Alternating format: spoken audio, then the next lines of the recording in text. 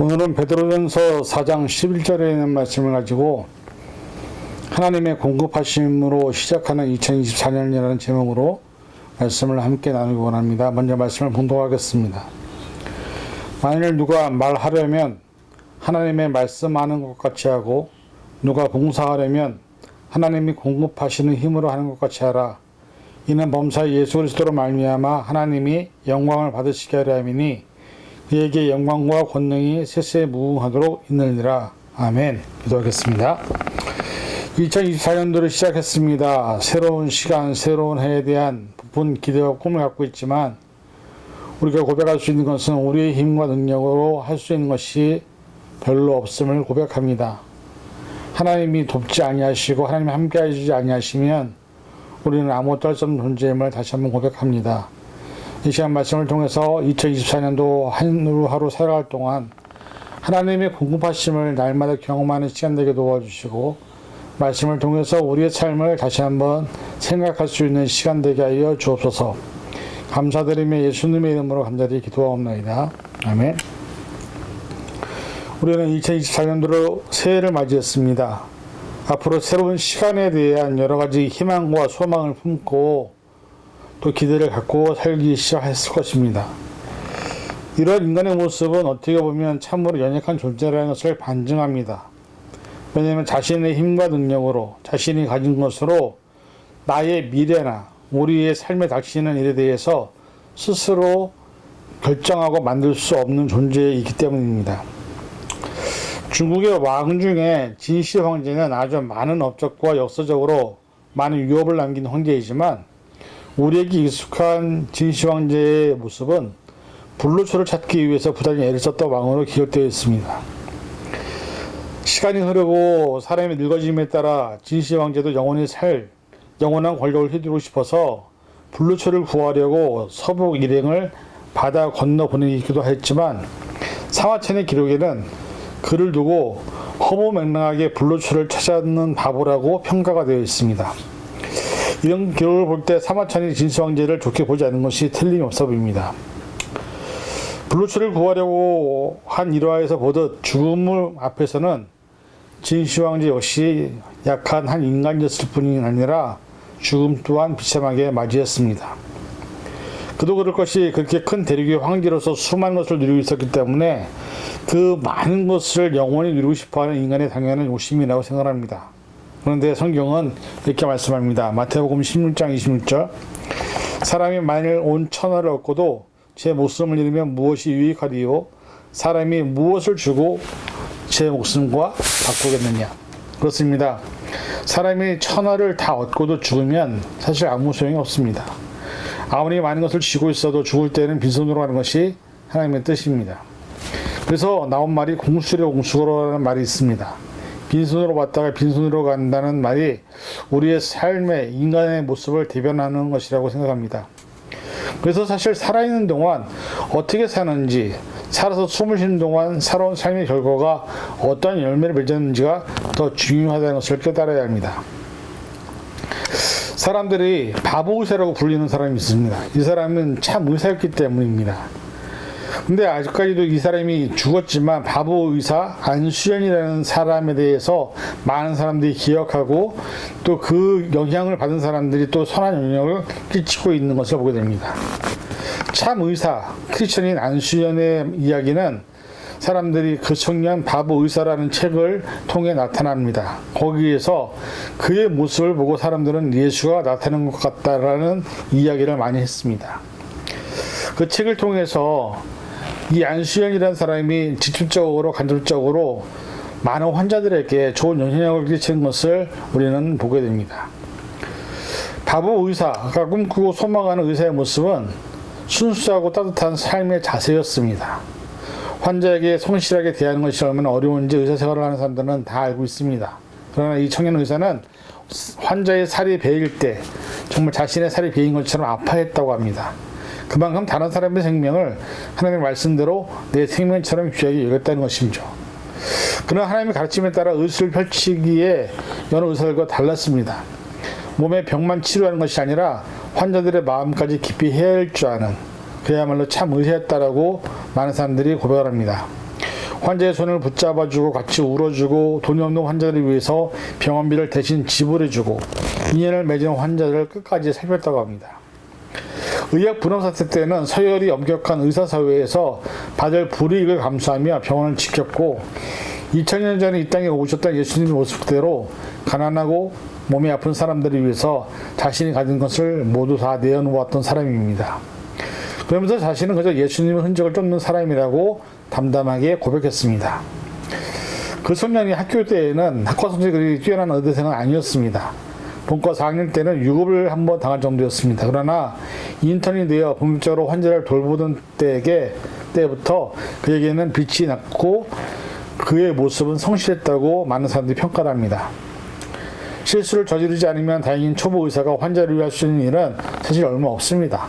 그러나 그는 헨리 나우엔의 말대로 고통스러워하는 환자들의 이야기를 들어주고 격려의 말을 해주며 안아주었다고 합니다. 손을 꼭 잡아주며 부드러운 미소를 지어주거나 더 이상 도울 능력이 없다는 말을라도 해주었다고 얘기했습니다. 그 안셜리라는 청년에게는 듣는 귀가 하나 더 있었습니다. 예수님께서 주신 마음의 귀였습니다. 그 귀는 순한 것도 한없이 따뜻했고 그 청년은 점점 더 좋은 의사가 되었습니다. 의사란 환자와의 깊은 대화를 통해 진정의 만남인 번쩍임을 경험해야 하고 그 신성한 빛 가운데 보이지 않는 하나님의 임재하심이 있다는 풀트로니의 말을 그의 행동으로 증명해 보였던 사람이었습니다. 이 사람의 이야기를 들으면서 내 자신은 지금 현재 많은 사람들과 관계 속에서 어떻게 살고 있는지 돌아보아야 합니다. 그래서 우리가 삶을 살든 또 어떻게 살든 간에 모든 인간은 죽음을 맞이하게 되어 있습니다. 단지 죽는 나이가 다를 뿐 어떤 모습으로든 죽음을 맞이하게 되어 있습니다. 오늘 우리가 숨을 쉬고 살아가지만 2024년도 안에도 원치 아니하는 사고나 질병, 또 지금도 전염이 되고 있는 코로나 바이러스 혹은 자연재해로부터 안전한 사람은 하나도 없습니다.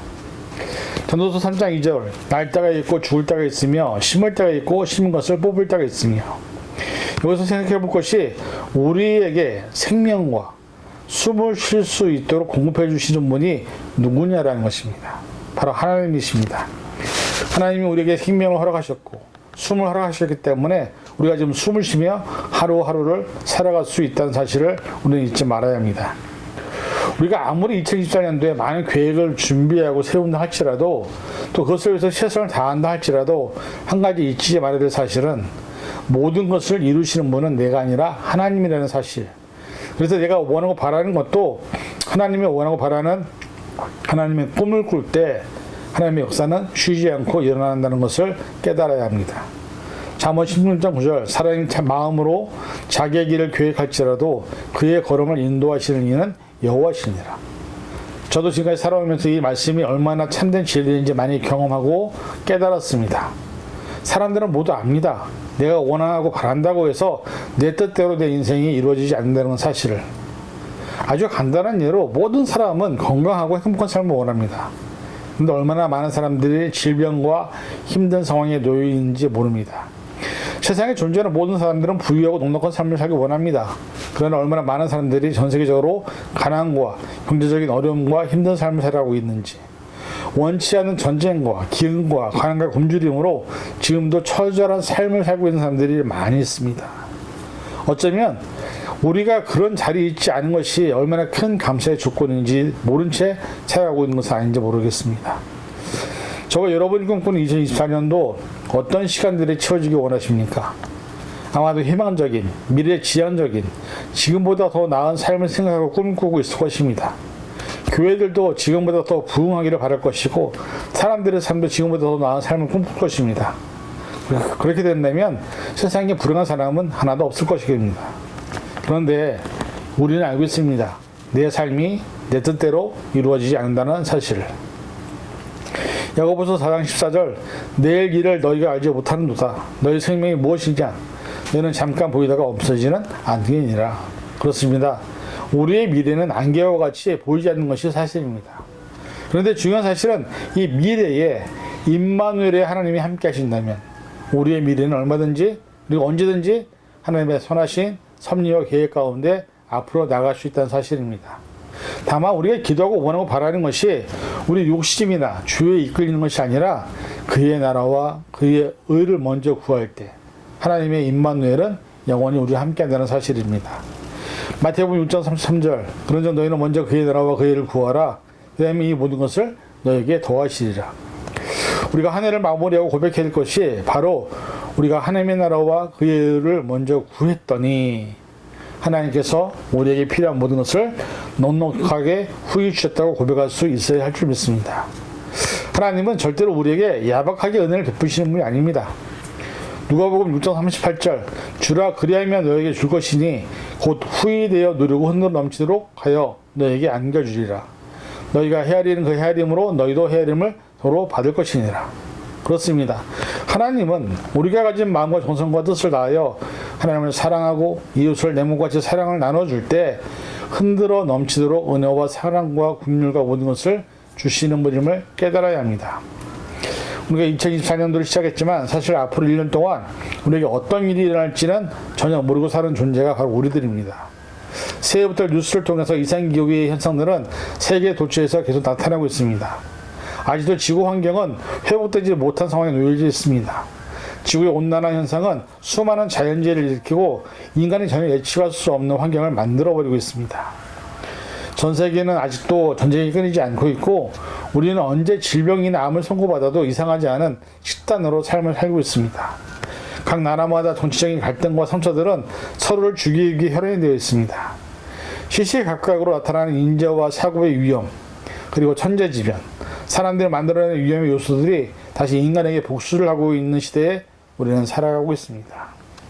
이러한 상황에서 하나님이 우리를 지키지 아니하시면, 우리의 가정을 지키지 아니하시면, 우리의 자녀를 지키지 아니하시면, 그리고 우리의 교회와 우리 사회와 우리가 살고 있는 나라를 돌아보지 아니하시면 우리는 한시도 살아갈 수 없는 존재임을 고백해야 합니다.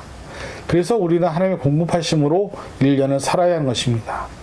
하나님이 우리에게 생명을 공급하실 때, 하나님이 우리에게 숨을 쉴 수 있는 그 숨을 허락하실 때, 또 하나님이 임마누엘 하실 때 우리가 1년을 살 수 있는 것임을 이 시간 깨달으시고 올 한 해도 하나님의 공급하심으로 우리의 삶을 하나님과 동행하는 저와 여러분이 되기를 간절히 축원을 드립니다. 결론을 맺습니다.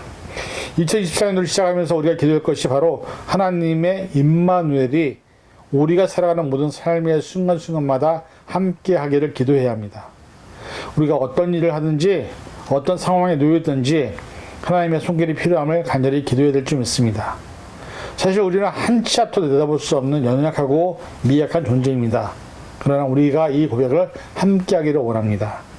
빌립보서 4장 13절 내게 능력 주시는 자 안에서 내가 모든 것을 할 수 있느니라.